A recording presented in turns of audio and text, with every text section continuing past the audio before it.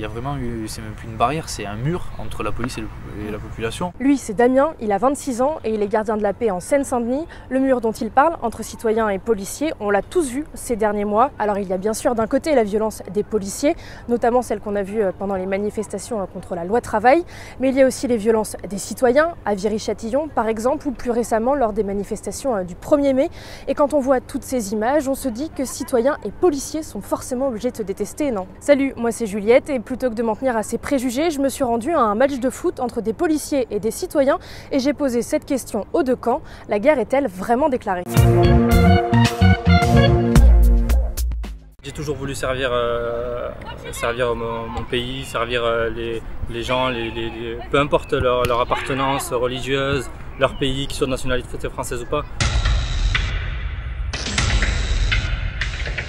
Pour eux, la police est mauvaise, la police c'est des voyous, c'est des corrompus, et j'en passais des meilleurs. Avant, les policiers étaient, oui certes, ils étaient proximité, ils étaient là pour parler aux gens, ils étaient là, mais c'est aussi ça le travail de policier. Parler avec les gens avant, ça permettait d'éclaircir des points.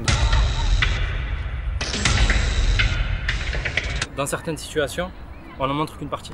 C'est tout à fait ça qui ressort dans les médias, c'est toujours ce mauvais aspect.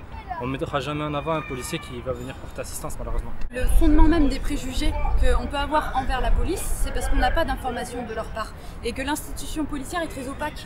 Du coup, comme on ne sait pas, il y a une part de fantasme aussi, et puis il y a une part par rapport à toutes les images qu'on va avoir, on va avoir que l'image des violences, plus la désinformation, et du coup on ne va plus savoir où on en est.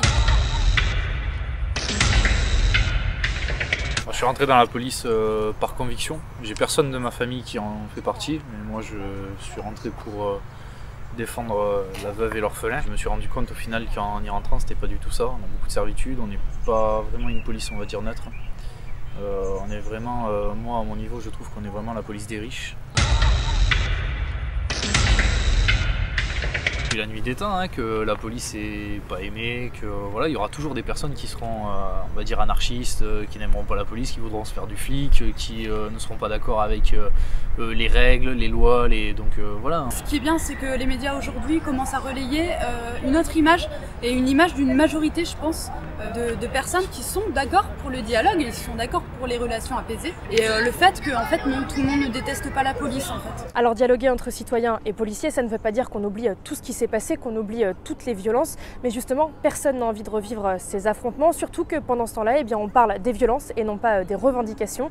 Alors c'est peut-être le moment d'arrêter de se taper dessus et de trouver une solution pour le bien des citoyens, mais aussi celui des policiers. Et est-ce que toi, tu serais prêt à faire cette démarche? N'hésite pas à nous le dire dans les commentaires et à t'abonner au Haut-Parleur pour découvrir plein d'autres vidéos.